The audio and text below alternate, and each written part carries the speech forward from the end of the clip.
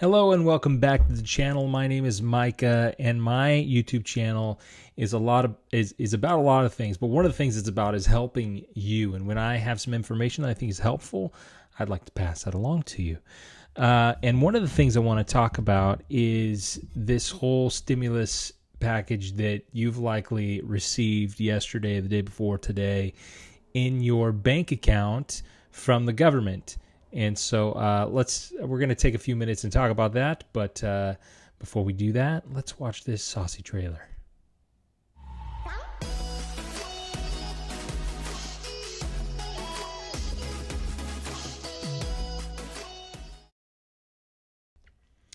So now that you've seen that, and that's a lot of fun, I love to show you a little bit of some clips from what my channel's about. And if you subscribe, those are the kinds of things that you can expect to see in the future as well. I apologize. My camera is not wanting to focus on me today. I don't know why. It is what it is. It is what it is. Anyway, so let's talk about the stimulus package thing. Okay, so I knew it was coming. The calculations are pretty simple. Every tax-paying adult should be receiving $1,200 in your household, every adult, and then every dependent you should also receive $500 for. So I have 3 kids, and there's 2 of us adults, so we received $3,900, which sounds amazing, right? That sounds incredible. But here's the problem. People are getting that, and they're saying, free money. Now let's go spend it because it's meant to stimulate the economy. Now, I'm not an economist, and I'm not a financial advisor. I'll just tell you that right now. I'm just speaking from what I've learned and what I'm learning. Okay, so if this is helpful to you, great. If it's not, throw it out. Okay, I don't want to be held accountable for your financial decisions.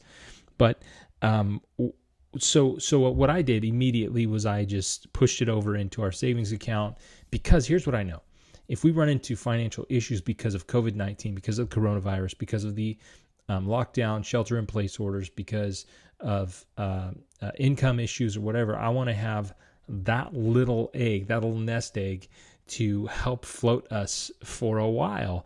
And what I mean by float us is take care of the essentials. Now, right now, we're able to take care of the essentials without dipping into that money. And I hope you are too. But if not, let's talk about what the essentials are. So I'm going to take us over to Dave Ramsey's website. He's got an article about what to do with your stimulus check. So let's go check that out. So here we are, Dave Ramsey, great guy. So anyways, what the government's coronavirus stimulus plan means for you. So he talks about the 4 walls. This is part of his whole deal, is the 4 walls. So I'm going to kind of review that real quick. So he tells you how to calculate whatever. So what should I do with the stimulus money? If you're someone who's out of work or missing a paycheck right now, you can use this money to protect your 4 walls. These are the most important things you need to do with money when you don't have enough money to do all the things you should do with your money. Food, utilities, shelter, and transportation. So this little stimulus package can help you continue to pay for those 4 things, because those 4 things give you the base in your life to be able to make more money. Without paying for food, you will not have food. If you have no food, you can't work. If you can't work, you can't make money. Utilities, especially right now, electricity, water, internet, those are necessities for you to have life, to be able to be in a place where you can work and make money. Internet right now is one of the best ways to make money. Most people are at home, so unless you're in the medical field or you're an essential worker, you're going to be trying to make money from home. You're trying to shift or pivot your business or whatever. Shelter, need a place to live, and transportation. You'll need a way to get around. So those are the 4 things you want to focus on when you don't have enough money to do all the things you need to do with money. So he talks a lot about baby steps and that sort of thing. Talks about not waiting for the government to bail you out. Absolutely. And he talks about cutting costs. Let's be honest, we all need to tighten up our budgets a little bit. So my wife and I, we use the app that he recommends, which is from his company called Every Dollar. There's a free version of the app. I actually pay the yearly money so that it connects to my bank account so that it's easy for me to keep track of everything. But I've had to rework our budget several times since this shelter-in-place order has happened. So I would encourage you to get on the app, get your budget going, and once you know what your budget is, you can begin to cut back in certain things. You can say, you know what, gas is not costing me what it used to cost me right now because I'm not driving as much. Insurance. I just got an email from my auto insurance that I'll be getting a refund because of not having as much use of the car. There's all kinds of ways that you can cut back, or you can anticipate cutting back in different areas of your finances to help you during this time. I would say tighten up. I wouldn't say stop spending. If you have the ability to keep supporting small business and local businesses in your area that are really struggling, absolutely do that. But also know you got to keep your four walls going. You got to keep your four walls going. So the stimulus package is not meant to be used for frivolous spending of things you don't need. It's meant for you to use it on things that you need, like housing. Now, he goes into depth in this article about your situation, about ways to possibly look for other income by delivery services and whatnot. And he tells you to keep your hope and spirits up. But one of the things that he also talks about here, if I can find it, where is that? Oh, I don't know if I can find it.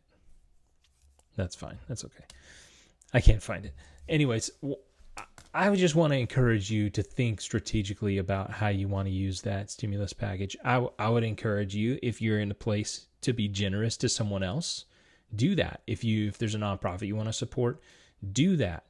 You don't have to hoard it.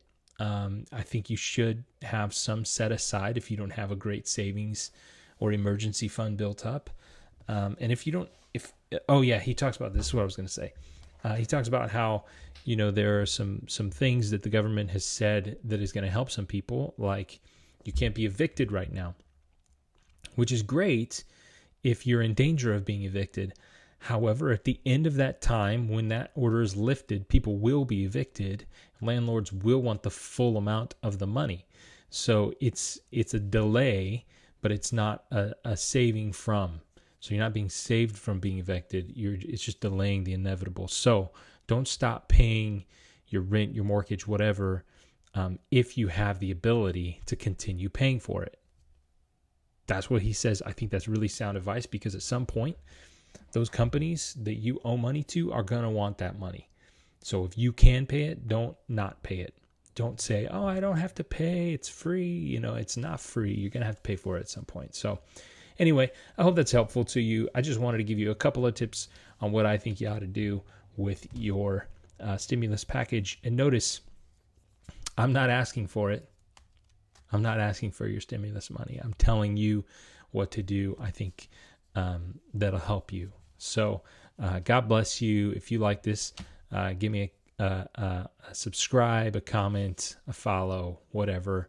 And I'd love to bring you more valuable content. God bless you, and I'll see you next time.